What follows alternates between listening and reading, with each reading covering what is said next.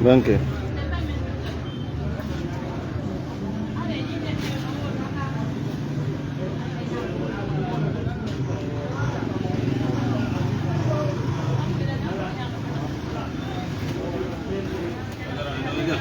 Tanto.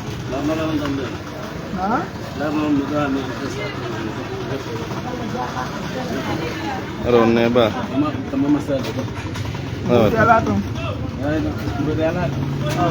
Oh, waddi maro.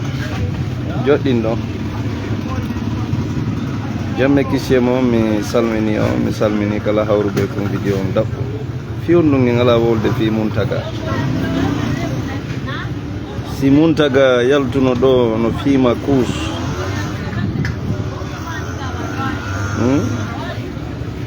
Si Muntaga yaltuno ɗo gasano jogi microphone no waɗa rap. Si Muntaga yaltuno no waɗa ɗo awa sak. Ma si Muntaga yaltuno ɗo no waɗi faljereji. Gasa en foppo en wowlay. Mais Muntaga no waɗi ko hawni. Et en faut on fait semblant comme si on ne voit pas. Mo duuɓi 15 décro sabac premier de la République. Woy. Science expérimentale. Et puis bouche bien. Chacun fait comme ça. Fimen no wulbini. Fimen no hawni. E joni enen sien wawlali fiyo kombe wawlata fi makko. Enen sien ɓantali fi gollal wakkilare e keɓal e arsike ko Allah hokki kumpay kon. Enen se wawlali fi makko kombe wawlata. Pourquoi on wande ni? Fi honnon ko faljereji jama on hitti. Fi honnon soobe yagal yimɓe ɓen. Wakkilare jama on. Donc ko Allah hokki yimɓe ɓen e yiɗa cobude ɗum mawnina ɗum weltora ɗum waɗa ɗum fierté meɗen. Pourquoi on est comme ça? Mi yaal waɗɗo vidéo ɗo fi makko. Mi yaalta. Ele ko waɗi kon ko kawakeji bawɗi gollal makko ka.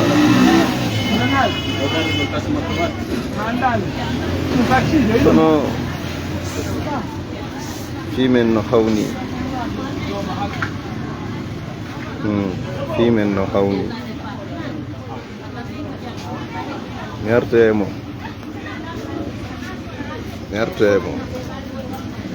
Goto wowlali fi kumbay. Hawrale vidéo hay e goto. Ko kanko wowli fi makko. Ɓe nene makko jara. E yer ko médiaji ɗin posti ɗo. Kono an sivaɗo ɗo wowlowo ko ala hay nafa.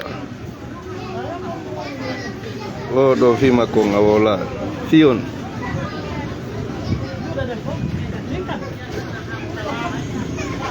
Fiyon no ngadi wowla kere ko waɗi ɗo an a yi hari goɗɗo no waɗi ɗum. Wo d'autres on fait falemma honto nelde la mia. Je ne parlais pas de lui. Addanela mia. Tayru miɗo connecti 24 heures sur 24. Miɗo wattanila, miɗo yiide Guinée blogueur fo miɗo aboni, miɗo yiide. Neldela wolɓe ɓen bonjour on salminama. O ko hombo de.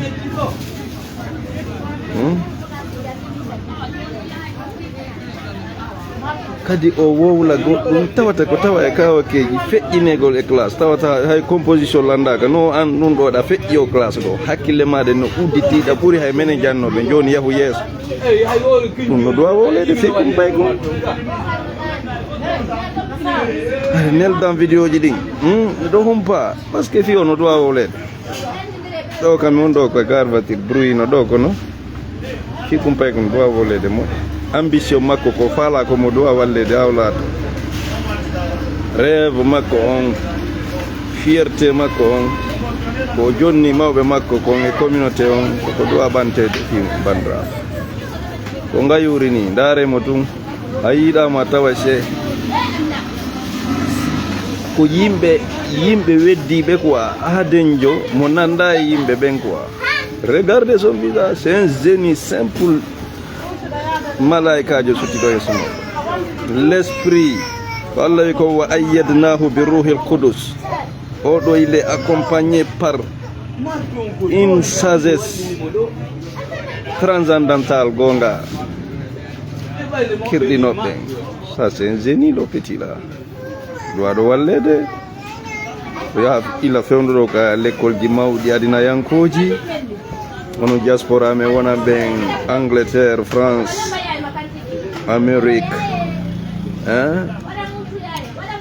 Haysimo be mon ko $10 ono wonɓe 10 euro ono wonɓe France ɓen fof on finance o yaltoya sorba noon. Michael ɓurɗo e mawnude hara goto e mon bittaki avec $10. Avec $10.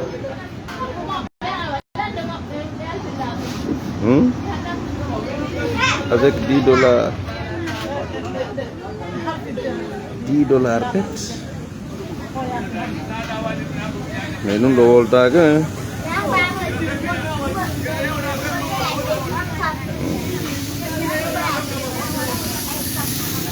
polémique pénale Elhadj Ousmane Ba kaka beppale yodete tumburani ɓe pénale bonde ko ala nafa.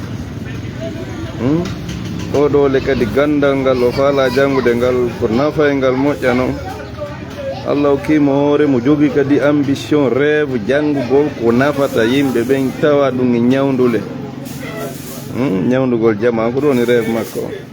E si Allah hokki goɗɗo hakkil sifa kumpay kon ko duwaɗo bambede. Si tawno e waɗuno bruit e fe makko gasa heɓoto marɓe moyen ji waɗaɓe barki ƴettoɓe en charge wallito. Mais jamais on fait ça hein. Ça va des vidéos fi a woli hay a heɓata 10 000 vues on s'en fout hein. Arɗo takka photo goɗɗo yiɗa yennamo ayi dolle vie on est perdu là, on est foutu à jamais les gars. Ndahare visage kumpay ko yehi ndaro vidéo ji ni ndaro on taway no wawɗon non nanon oɗo way ono okka goɗɗum Allah no waɗi goɗɗum e kumpay ko ndaremo moƴƴa on noon mbayru ko na fof mari hakkil ma siɗo wonde e mawɓe taskotoɓe wiyeɓe ndarane min kumpay ko ndare yeeso ko honɗum wiɗo ferte affaire de gouvernement. Meɗen andi naɓaɓe Maroc e ɗuma e Sénégal naɓaɓe nokkeli buy jangugol heegeji e tampere ko ɓe won naɓude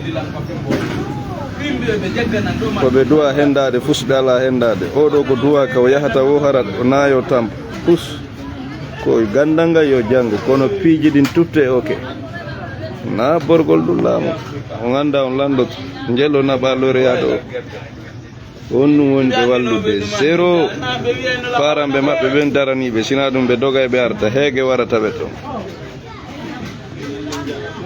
faire ça comme non ɓe financata wona oɗo hande mo duwano kankadi jonnede plaque wal komi yino ɗo sayphone en e woɓɓe no jonna $25,000. si tawi ɗum ɗo waɗa ɓe arɓe premier ɗo fof mo be maɓɓe no duwa ko fandi o $30,000 ɓe jonne plaque je ɗum waɗe filme fof wowle awa mais en jonni ɓeɗo hunde kaari saabu wakkilare maɓɓe nde. Mais siko santere yolto yalta yoloma yalama ɗon dolle mbuɗe laɓurtewal de yandi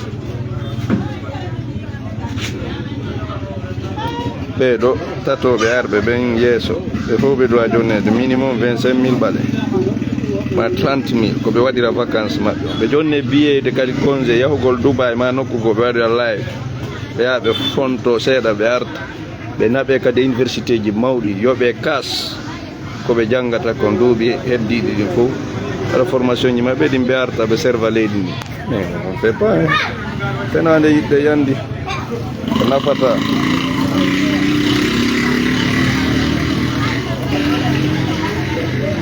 Maroc no ɓuuri ay sirete wonande élève kere min ganda ne sirete ari min ñama ya mi ara ɓe faala o min ñamata kono meɗen humpiti kon feƴƴude ko jonnaɓe programme ji yawwi ko janngoya dalla lakkeji e caɗele e heege e tampere e ɓilla sifotako.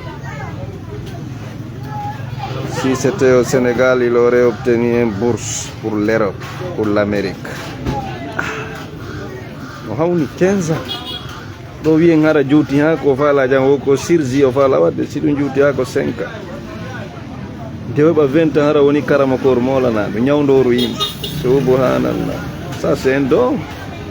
Dubi nogay a woni grand docteur jangudo 5 ans o janga wada don seeda stage ji makko din o kapton o golla seeda o tawa woni compétent warta o halfine saldu molnandu ka leydi makko.